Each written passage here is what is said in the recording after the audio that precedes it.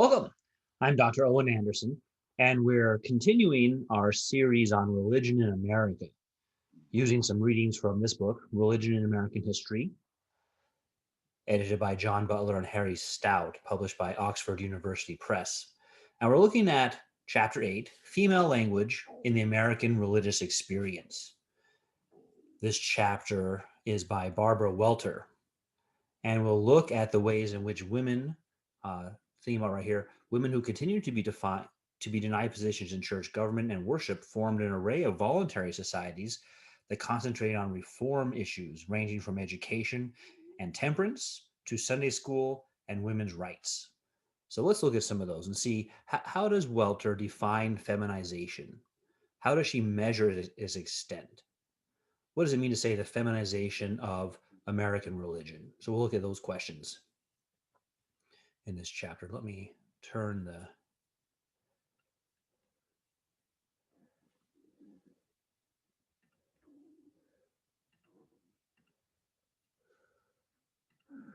rotate this. There we go. All right. So the relationships among 19th century reform movements in the United States, their overlapping of personnel and their disparity and similarity in motivations and results are popular themes in social history. In the women's movement, which concentrated on obtaining suffrage, but had more specific and more diffuse goals as well, almost all the leaders and most of the followers were active in other reforms. Indeed, the abolitionists, temperance, and peace societies depended on their women members to lick envelopes, raise money through fairs, and influence their husbands and fathers to join in the good work. Although sometimes frustrated and even betrayed by these other reform movements, the women's movement on the whole benefited from the organizational experience, political knowledge, and momentum generated by other reforms. At the same time, American religion, particularly American Protestantism, was changing rapidly and fundamentally.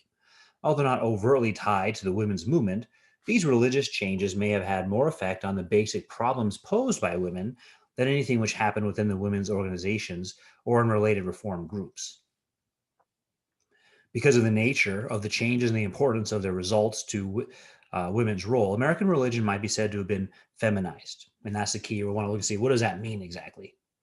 The term is used here, like the term radicalization, to connote a series of consciousness raising and existential as well as experiential factors which resulted in a new awareness of changed conditions and new roles to fit these new conditions. So 3 pieces there. Starting here, highlight that word, consciousness raising.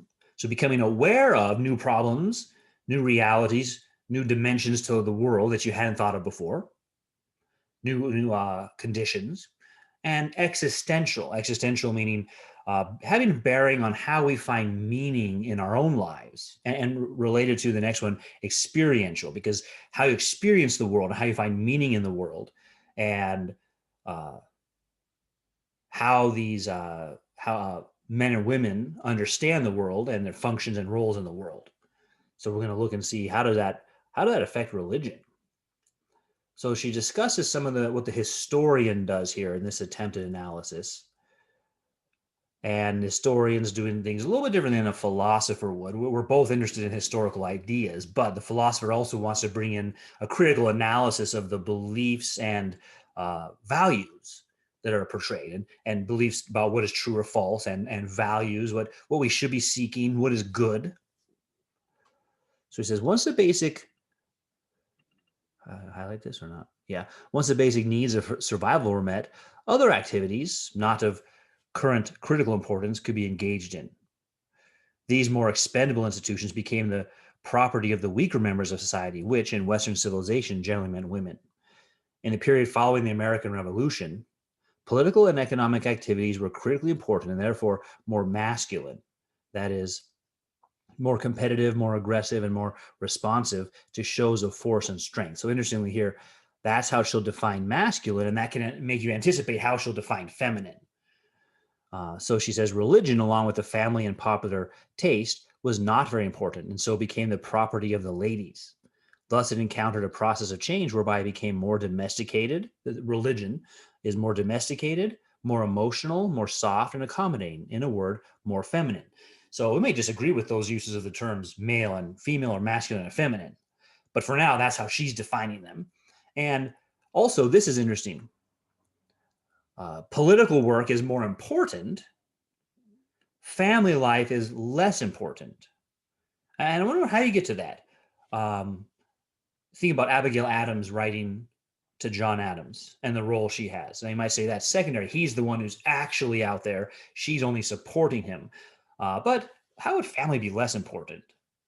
Where do the men come from? Maybe you're thinking about only a slice of time right now, but broaden that slice of time, and you have the men currently doing this were boys, and their family life completely shaped who they are to then be up here. So if we're only thinking in one tiny slice of time, that's not enough. Raise your consciousness, as she said, and think about broader sense of time. Where did the men come from? Well, they were boys. What was going on before that? So in this way, the traditional religious values could be maintained in a society whose primary concerns made humility, submission, and meekness incompatible with success because they're identified with weakness. Well, success in what sense? Success in politics, maybe, but maybe politics is really kind of a distraction to what's really important in life. So that's why I said what's happening here is since we're doing philosophical analysis, we'll see the author's own values come out. Why is this what counts as successful and not something else? How do we know what is successful? So you won't be successful in politics or business, but maybe those aren't the most important parts of life. And the areas of life where you do have humility, submission, and meekness are the most important. The meek will inherit the earth. And that's not necessarily masculine or feminine. Christ, who's male, says to all humans, the meek shall inherit the earth, not just the female meek or the male meek. So it's curious the way already some of these divisions of male and female are coming out in this and affecting this. All right, so down here now. Feminization then can be defined and studied through its results, a more genteel, less rigid institution, and through its members, the increased prominence of women in religious organizations, and the way in which new or revised religions catered to its membership. So it's interesting. Her analysis of female roles in religion lends itself to saying once females get into positions of authority, they alter the religion towards softer, less rigid goal. So if your thinking is we want to have my religion maintain standards, then that would explain, given this definition of male and female, why men are in leadership, because they tend to be more rigid and hold the line on this is what our standards are. Whereas if this is true, what she's saying is true about women, then they don't do that. And when they begin into prominent positions of leadership, then this is what happens to that organization, given her analysis, all right? American churches had regarded it as their solemn duty to lead in building a godly culture, the city on the hill, we've seen in John Winthrop, which symbolized American aspirations and had clusters of church steeples at its tallest structures. In the 19th century, the skyscraper would replace the steeple as a symbol of the American dream, and the ministers of God fought against this displacement. So you can think about that. It's interesting to think about how architecture plays such an important role in representing the values of a given society. So this idea of a city on a hill where the churches are what you see being replaced by a city where business buildings are what you see, buildings dedicated to the making of profit, of money. And that tells you something about the goal, the view of what is good in those societies. So cautionary tales equated a man who squandered his energy in political arguments with the man who drank or gambled. Both were done at the expense of the home and religion. Women and ministers were allies against this usurper, from which they were both excluded. Women were forbidden to go into politics because it would sully them. The church was excluded for similar reasons. So the idea is that business and politics, those are dirty areas of life. And men who are more inclined to go into that kind of rugged fight, they go into those. But you protect religion and women from that. And so interesting, I think here we're quick to divide it into gender, but what we should really do is look at how it's as a view of the good that's being expressed. A view of the good as this worldly success. And that has to do with place, prominence. Did I rise in my level of prominence? And money. Did I make more money now than I used to have? Those are measures of success and the good. And let's say that those are more fitting to the male personality. Maybe, maybe not. But let's say for the purposes of this chapter, they are. Well, then what good is the female? That they're at best a kind of subservient role to the good. They're at best helping the men go out and directly achieve the goods of hierarchy and money. And you can start to see why the female will say, no, this is not the highest good. And it doesn't actually help me out directly at all. Maybe just indirectly, he goes out and becomes an important person and makes lots of money, and then that helps me out. So the objection is not male or female. The objection is to this view of the good. It's a mistaken view of the good, and it won't bring about meaning. All right, continue here. I'm going to have to rotate this page now. I thought that would rotate all of them once. All right. So the hierarchies of ministers and theologians and most religions remained male. They were also no ordained female ministers. Antoinette Brown Blackwell was an exception, and not too happy a one, and few evangelical or volunteer female ministers. So she talked about that earlier before. What are the assumptions in when female leadership happens compared to male leadership, and why might churches have male leadership? And that really is not there's a Christian thing that goes back to Judaism. Christianity, of course, coming out of Judaism, and the Levitical priests being male. So what role then do women have in society in pursuing the good? If all of society has agreed that the good in this life is money and a hierarchy of power, and then when you die, you go to heaven and get a good thing there, what good are women told to pursue? And why would a man want to pursue money and power?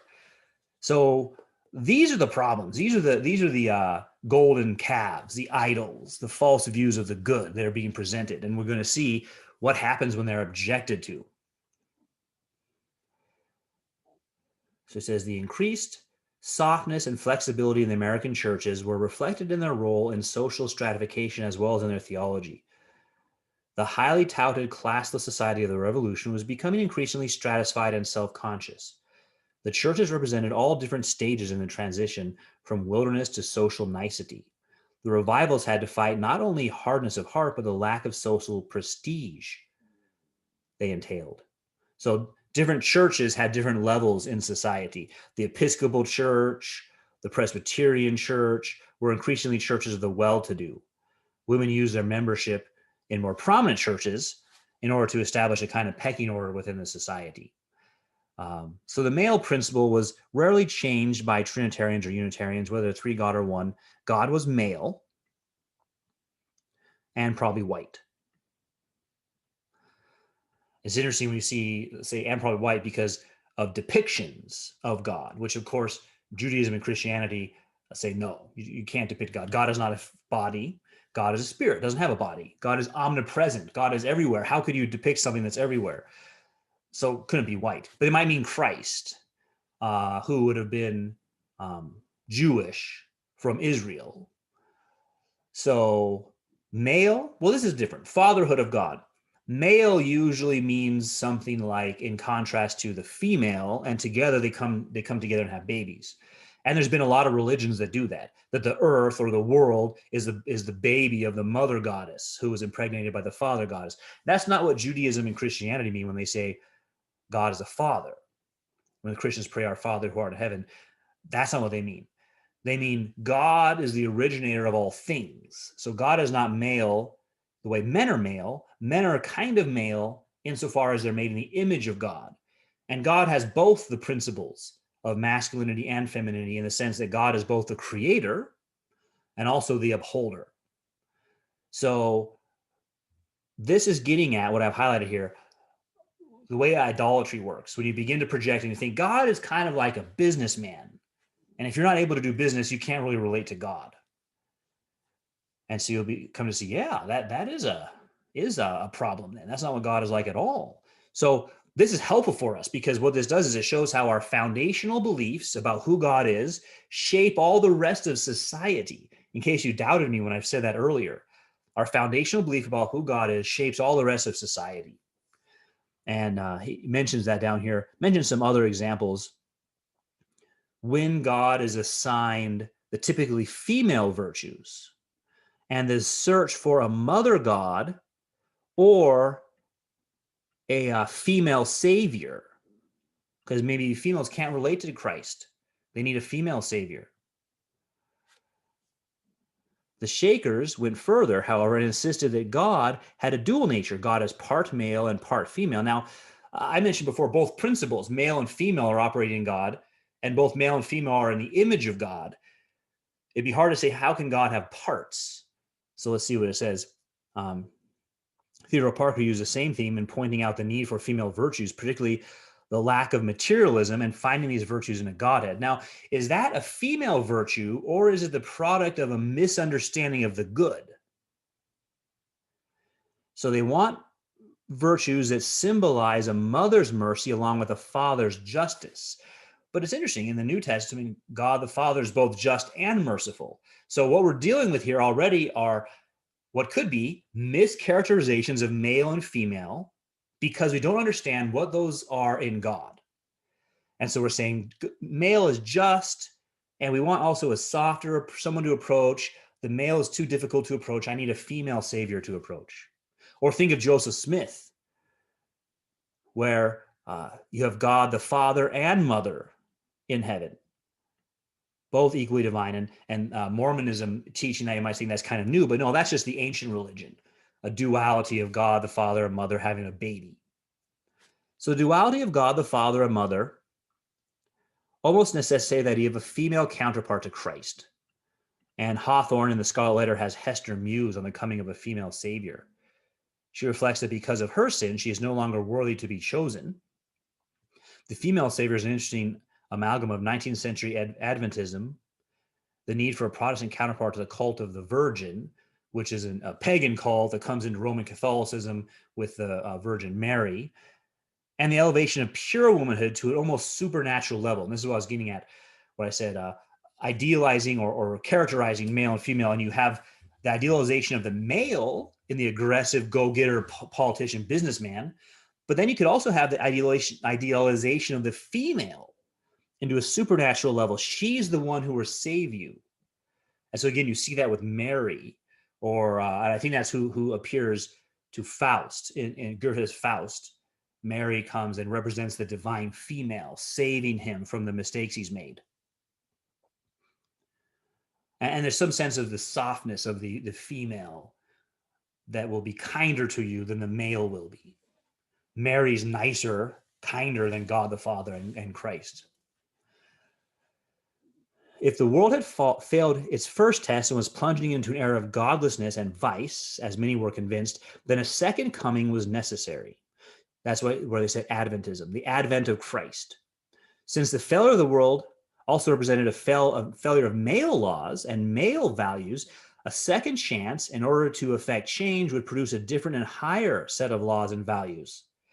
The role was typecast for the true woman, as the Shakers and mystical feminists and later Christian scientists were quick to point out. And Christian scientists founded by Mary Baker Eddy, who's one of very influential American women because of having founded that religion.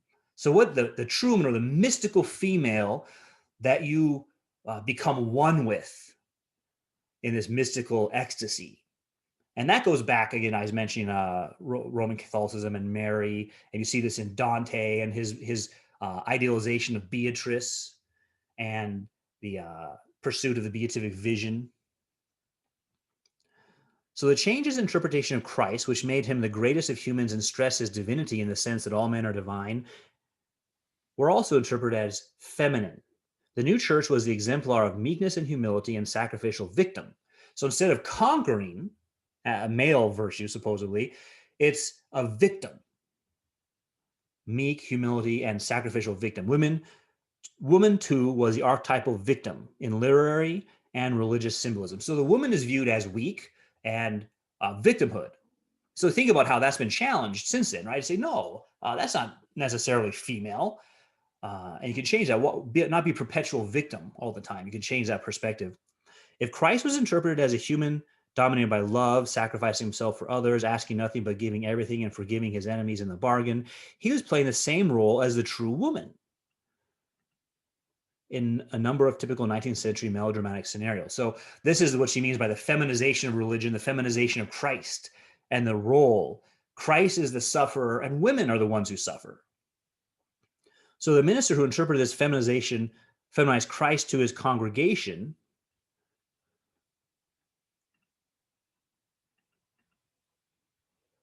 spoke in a language which they understood.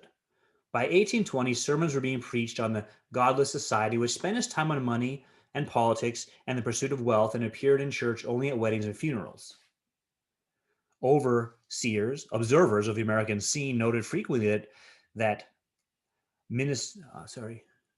American congregations were composed primarily of women, religion became the domain of women, and that ministers spoke to their special needs. So the minister has to learn how to speak to the needs of the woman, and they complain about the things that bother women. Women are bothered by the fact that the husbands are gone pursuing money, and so they'll complain about how that's bad. And she goes over how the hymns of this time also stress this, increasingly stress on Christ's love and God's mercy. Now, what happens is when we have values that could appear to be in conflict, like justice and mercy, and justice seems harsh, and so we elevate mercy, we end up misunderstanding justice and creating an idol about God out of that. We have to understand how both justice and mercy are satisfied in the same act, which is the offering of Christ. But if there's been an elevation of the male virtues, it shouldn't be surprising at all, there'll be an elevation of the female virtues. And they'll be in a kind of conflict with each other, called the gender wars, each trying to get its way in that fight. And what we're called upon to do is to figure out what's the origin of the genders, what's the purpose, and what good are they pursuing? What's the highest good for both of them? And then how do they pursue that good together? How do they go about doing that? So those are some of the questions we'll keep in our mind as we're going. So she goes over some hymns here in different churches that reflect this more female view of God, of patience, quiet. The woman wanting domestic bliss. And again, that's the idea of the woman in charge of the home, the hearth. That's the same root where we get the name for Hera, the female deity. And there's been this conflict between Hera and Zeus. Or it comes out, for example, in Dido and Aeneas. Dido saying, stay here, stay with me, stay home. And Aeneas saying, no, I must go out and do what Zeus told me to do, complete this work that he gave me. And so you have that conflict, not an American conflict, right? A human conflict where we see these differences appearing. Finding this conflict in Aeneas and Dido, right? Finding this conflict going back and coming out in polytheism, polytheistic expressions of God. So domestic and domesticated virtues become the goal, the standard, and men are put down. And so they don't have any interest in going to church. That's where you go to church to have business and politics put down.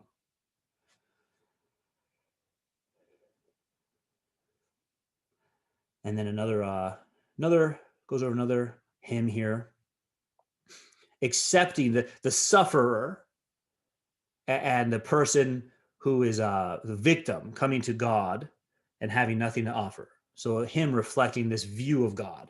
And that's what hymns do. Uninspired hymns compared to the book of Psalms in the scriptures. The uninspired hymns are reflecting the writer's understanding at the time, understanding of God. So since so many women's problems were presumably physical and thus like the weather beyond help, it behooved them to endure what they could not cure. The natural disasters of childbirth, illness, death, loss of security through recurrent financial crises all made thy will be done. The very special female prayer, especially since submission was considered the highest of the female virtues.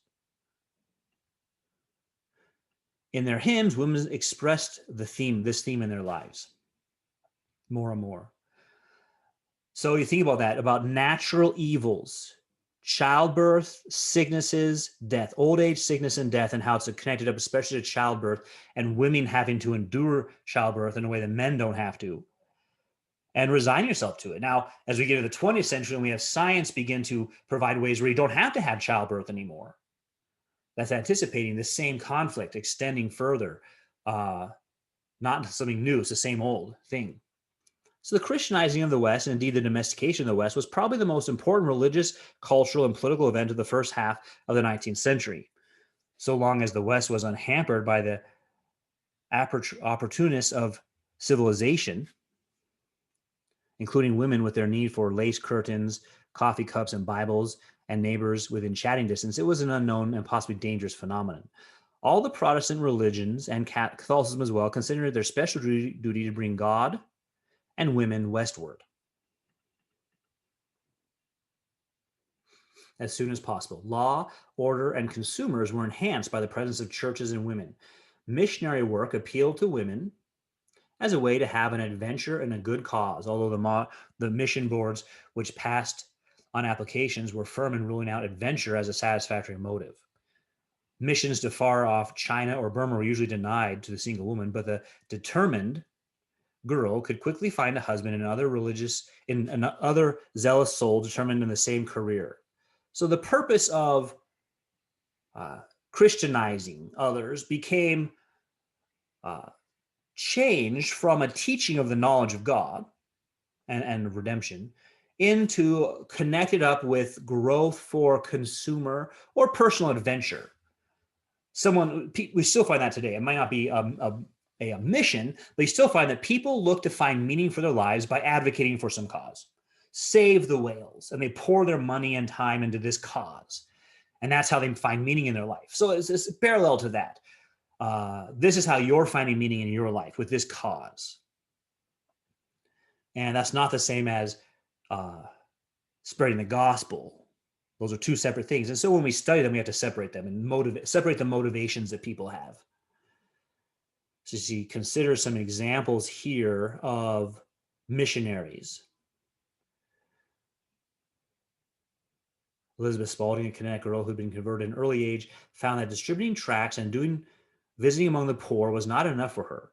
She asked divine guidance about her future and received the impulse to go to Oregon. When her husband tried to dissuade her, she replied, "I like the command just as it stands. Go ye into all the world, with no exception for poor health. The dangers in the way and the weakness of my body are his duty is mine." Miss Spaulding survived the trip, leaving the following diary entry. "Oh, that I had a crust of bread from my mother's swill pail. I cannot sit on that horse in the burning sun any longer. I cannot live much longer. Go on and save yourself and carry the book to the Indians. I shall never see them. My work is done. But bless God that he has brought me this far. Tell my mother that I am not sorry I came." Her husband wrote to the mission board, "Never send another white woman over these mountains if you have any regard for human life." But of course, they did do that, and women clamored to come to the Indians and to death if need be. So she believed she got a direct command from God that meant go to Oregon and help the poor and the hungry. So the gospel message gets turned into a social message, help the poor and hungry. And again, think about how that's today. You can relate to that today, right? It might be secularized. You don't have God in there, but people feel they have a mission from maybe have a mission from the universe to go help the poor. So it's the same thing as today. And if they've been doing that for a couple hundred years and no progress has been made, you might start to wonder, well, when will progress be made? Now in the West, but especially in the East, the spirit of revival was strong during this period. The language, like that of the hymns, was sexual in its imagery and urged the penitent to stop struggling and allow yourself to be swept up in his love. Obviously, the kind of imagery had a familiar ring to women, for it was in similar language that they were encouraged to submit to their husbands. Whether in the divine or human order, woman was constantly urged to be swept away by a torrent of energy. So it's interesting, right? The revivals don't tell you, here are some true things that you didn't know and you should have known them. They appeal to you to be swept away in this kind of romance and these feelings is sometimes called passion or ecstasy, and you get swept away in them, and that's why you should become religious. And that kind of language may not appeal to men at the time. And look at the description of the kind of things: a trembling of the limbs, a thrill from my toes to my head, wave after wave of feelings. Well, someone who teaches a false religion could also get you to feel these things. These things aren't a sign of truth or falsehood. So you can see how this already introduces problems, and why out of the religions came so many competing, out of the revivals, I mean, came so many competing religions that all seem to say different things from each other. So she gives a few examples of some of these, like the Seventh-day Adventist, Ellen G. White, had a vision in which she was shown a steep, frail staircase at the top of which was Jesus. As she fell prostrate, her guide gave her a green cord coiled up closely, which she could uncoil to reach him. From that time, my entire being was offered to the service of my master. So particularly interesting are those first-person accounts which discuss these experiences. And you can see how they're romantic in nature. The author said sexual, I'm saying romantic. You're finding your romantic ideal, and it could be then the men do this with Mary, and the women do that, and Ellen G. White doing that with Christ, and a special revelation. You're given a particular command or a vision from God. And it's interesting in that one over here that her husband, she didn't listen to her husband. She got a special command from God, and she was going to Oregon. So she gives some examples of firsthand accounts. Oh, the bliss of that moment when my soul was enabled to cast all her care upon Jesus and feel that her will was lost in the will of God. Again, you can see these might be within some kind of Christian framework, but you can see how this kind of stuff is still prevalent in a secularized age. And people wanting to be swept up in a political movement or a charitable cause and feeling like they finally have significance and meaning.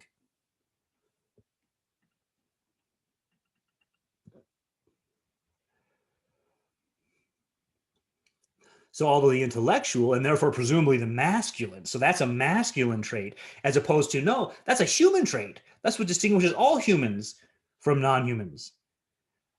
So the intellectual, presumably masculine on the scale. Transcendentalism might also be considered representative of certain feminine standards. Transcendentalism says all is one, all is God, and you come to know this by having a special experience. One hanger-on to transcendentalism in transcendentalist circles, an ardent feminist, Caroline Dahl, saw Anne Hutchinson as the first transcendentalist, and by extension, the first feminist in the American colonies. Anne Hutchinson had said that she has a special way of understanding what the Bible really means. The Holy Spirit tells her, and the elders of her church were all wrong. She's the first to kind of connect with the universe, so to speak. Her argument was that antinomianism was an open door to the exercise of individual rights by either sex or of any group. So Anne Hutchinson was an antinomian, meaning there's no law. There's only individual will. And that's the beginning of individual rights. And everyone does whatever they want. There's no overriding law. So God, not the ordained clergy, speaks directly to these persons. And they have to obey God, not man, so they gain special insights from God. Now, what you need to do is compare those to what God's already said in general revelation and in Scripture. And the women are as likely as any to be having these kinds of special experiences. And the focus became individual experiences, individual salvation, disconnected from historic Christianity and all the teaching of historic Christianity. So you can see why there'd be so many new religions popping up at this time. Mormons, Jehovah's Witnesses, Seventh-day Adventists, Christian Scientists, and more. Shakers, not the Quakers, Shakers, and more. The Transcendentalists. I thought of Quakers because here it is right here. In the Quaker religion, the inner light was expected to be equally indiscriminate in the choice of vessels to illuminate, male or female. But look at how the views of God are being changed. That's the fundamental thing to be taken from this. The foundational understanding of God shapes the rest of society and how we understand male and female. So it goes from God the creator and sustainer to God the mother, the female deity of the past, or the transcendentalist, all things are God. And really God the mother is a form of that because the womb and birth is all part of the one. So the transcendentalists accepted a similar definition of equality before God. All souls are equally God. You are God. That's the teaching of the transcendentalists. Now, when the Christians say male and female are created in the image of God, they don't mean male and female are divine. That would be a violation of the first and second commandments. But that's where the transcendentalists and often those who worship the divine mother go. You actually are God. Remember, that was the first temptation. Hey, you can be like God, knowing good and evil. So that's what you see here. Religion's not even being coy about it, just saying, yeah, you're God. So some examples of that coming out in the women's rights movement, the background of transcendentalism going into the women's rights movement. The idea of a regenerated, reconstituted society was important to most members of the Hedge Club and just in general, these movements. They want to have a revitalized, renewed society, getting rid of the institutionalized injustices. Does that ring any bell? I mean, this is 19th century, but that sounds just like today. There's institutionalized problems from top to bottom, and we need to revitalize our society and change those in the image of this divine goddess or in the image of all as one. So he gives some examples now. Margaret Fuller contributed another important idea to the feminization of religion in her stress on the importance of the will. As historians such as John William Ward have pointed out, this belief in the power of the American will was typical of Jacksonian America. So yeah, the ability to will things to be the case. Through strength, you make them happen. You can see how that would be important in the founding or the civilization of the West. So like other aspects of so-called American character, however, it did not necessarily hold true for all groups within the society. For Margaret Fuller, the will was the instrument of power for women even more than for men, and she set out to convince her world of this fact. Woman traditionally was urged to negate her will, or at least to yield it up to her father, her husband, and her God. Margaret Fuller told her to actively pursue her goals, to elect her own destiny. Miss Fuller possessed Emerson's spark of the divine, by which she was able to convince the young girls and wives who flocked to her that they too were divine. You're God. So don't listen to your father, husband, or God.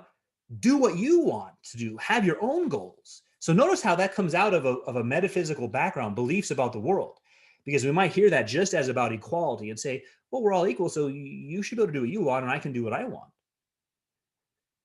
But equality is not enough to support that, because equality just means we're all human. It doesn't tell us yet about our duties. We might have different duties, even though we're equal.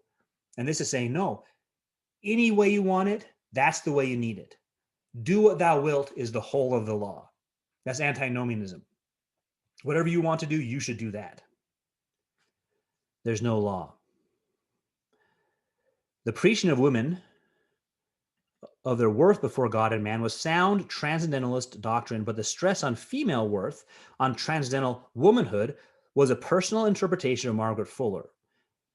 She gloried in her role of Sibyl and relished, so as one of the Greek goddesses, and relished all references to her as Delphic, the Oracle of Delphi, and an oracle. The cult of the will, as Donald Myers writes, found its triumph in Christian Science, also the religion of women, in which even death bows to positive thought. Margaret Fuller's intent and fervent preoccupation with the making over of the self presented a considerable threat to the men of her circle. For if sex itself, as well as health, family, education, income, all counted for nothing, what standards remained? It was perhaps the vicious circle of antinomianism after all. A religion open to the vagaries of God's choice or the boundaries of the human will is a religion without class lines and certainly without sex discrimination. So all differences are negated. Whatever you want to be, you can be. The transcendentalists sought concrete, and I don't mean by that, by the way, as jobs. Like, hey, you want to be a dentist? You could be a dentist one day. You want to be a philosophy professor? No, no one wants to be a philosophy professor. No, but you're God. You could be whatever you want. The Transcendentalists sought concrete expression of their philosophy in the community of Brook Farm, and the setting up of an ideal communal society was one way in which the 19th century expressed its dissatisfaction with past religious styles and its hope for the future. So again, the society is corrupt. All the institutions are unjust. And so we have to leave and start our own commune. And you see this happen a lot in the 19th century. And you can hear this echoes of this today too. We're going to break off from the rest and start our own society, which will be pure. Let me switch this one. In the Constitution of Brook Farm, as in many other communal societies, there are promises to the women members that they would be liberated from the tyranny of men and of the stove, and given greater freedom to develop their own identities. When the commune moved from the planning stages to the land itself, somehow or other, women ended up in the kitchen or the laundry, so they still ended up doing those things. Men might serve in their presence outdoors or in these communities, but the overriding principle of the division of labor mandated their presence outdoors. So men are outdoors still in Brook Farm, the perfect society. Women are indoors. In the communal societies whose records I studied, there is no record of any complaint on the part of the women, nor was there any recorded instances of women challenging their husbands on a given vote. There seems to have been no pattern of that kind of thing.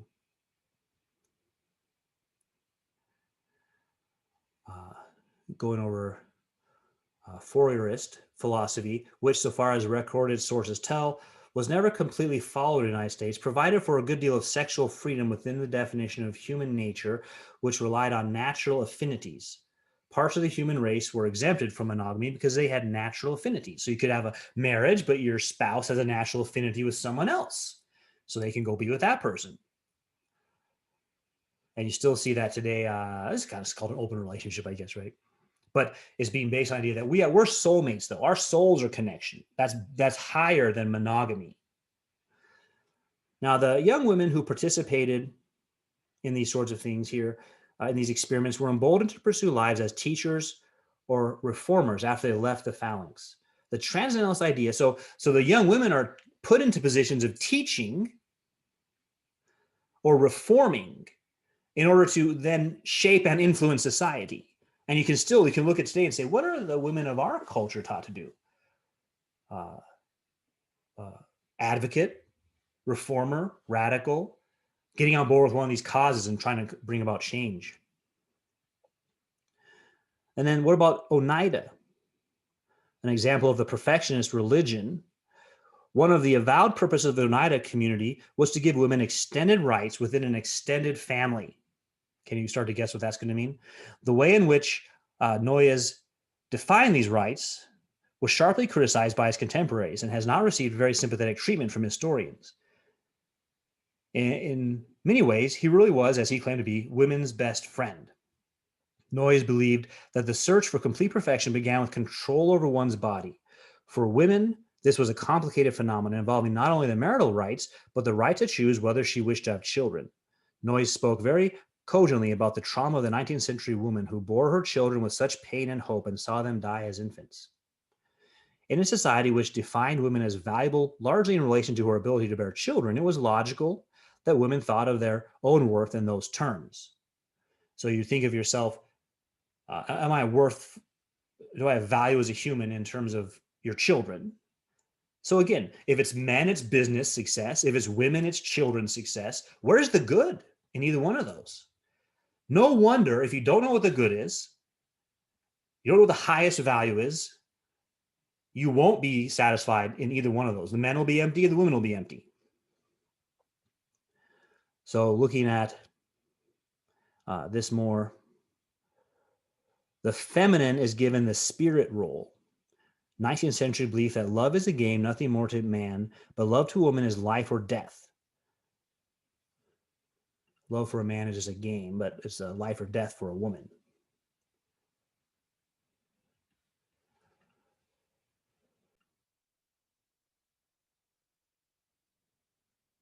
So marriage at Oneida was a working out of the feminine rhetoric of love on a sequential basis, because it was open marriage or serial marriage.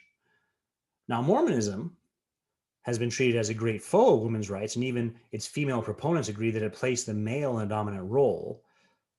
But no prophet or reformer of ancient or modern times has surpassed, nay, has equaled the prophet Joseph Smith in the breadth and scope of the opportunities which he accorded to womanhood. Mormonism required its followers to accept the words of their spiritual father without murmur and obey the precepts of authority. The important concept of the Mormon priesthood is one which excludes women. However, Joseph Smith, when the women of his group asked him for a written constitution for the Relief Society, told them he would give them something better for them than a written constitution. I will organize the sisters under the priesthood after a pattern of the priesthood. The church was never perfectly organized until the women were thus organized. So the women of the Church of Jesus Christ of Latter-day Saints claim that they were admitted as co-workers and partners into the work. Not to mention that in this religion, there's a mother goddess. There's God and his wife. And so the women can look to the mother goddess. Now, interesting description over here. Most of the converts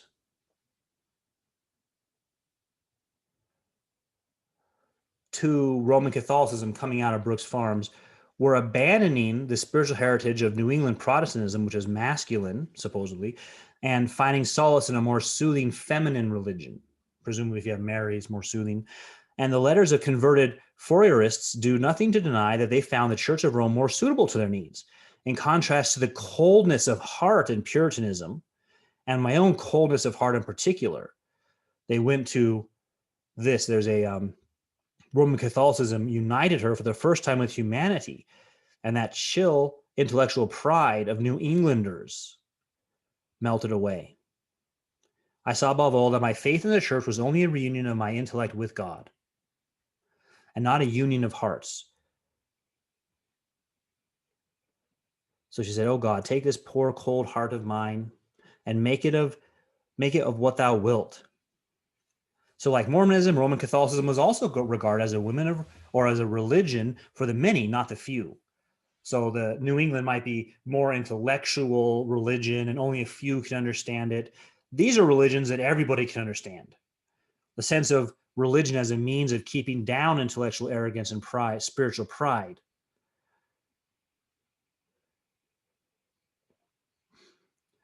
Now it says, Orestes Brownson said, the curse of our age is its femininity.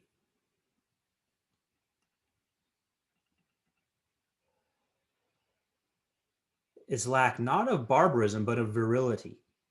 These charges, which annoyed Brownson as much in literature as in religion, made women as well as men conscious of their virtues. Womanhood and virtue became almost synonymous, although the values of the 19th century have predominated during the 20th century. It becomes increasingly more clear that they were not the only values, and the so-called feminine virtues may assume more than just rhetorical significance.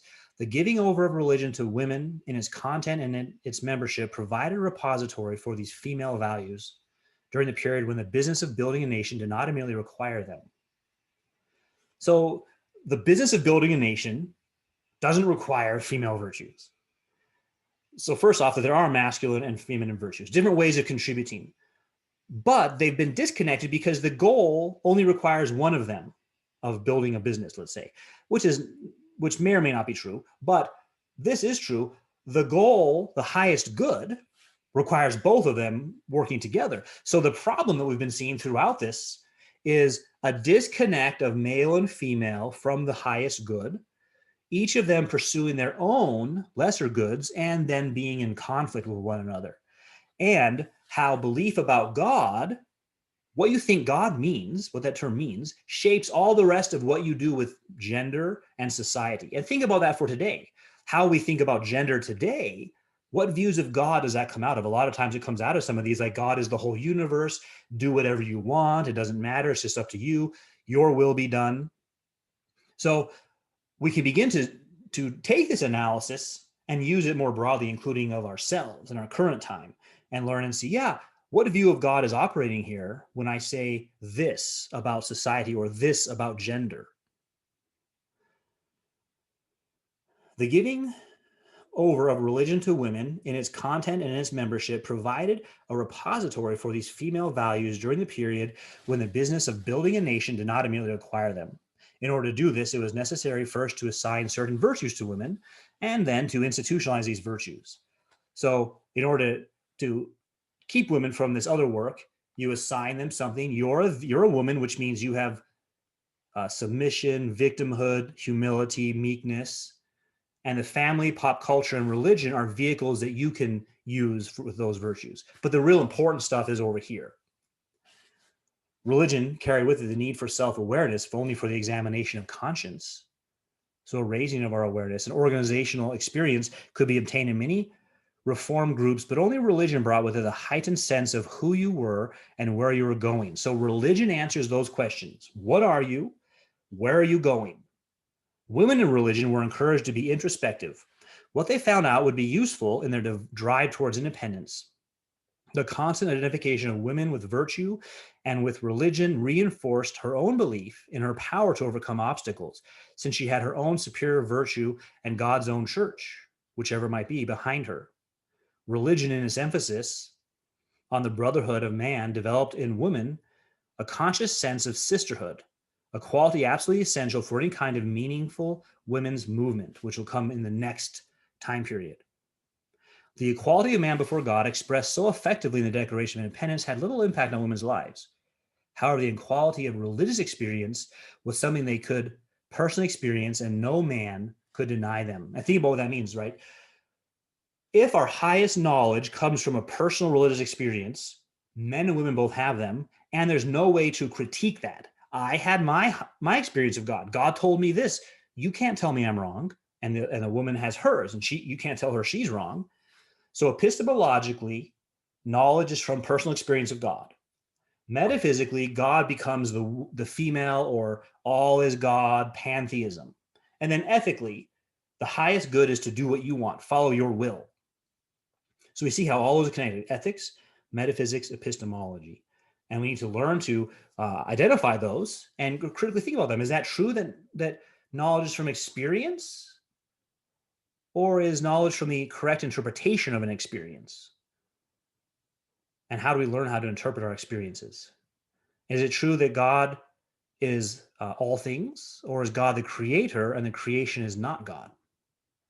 So these kinds of questions, and ultimately this one: what are we and where are we going? What is it to be a human?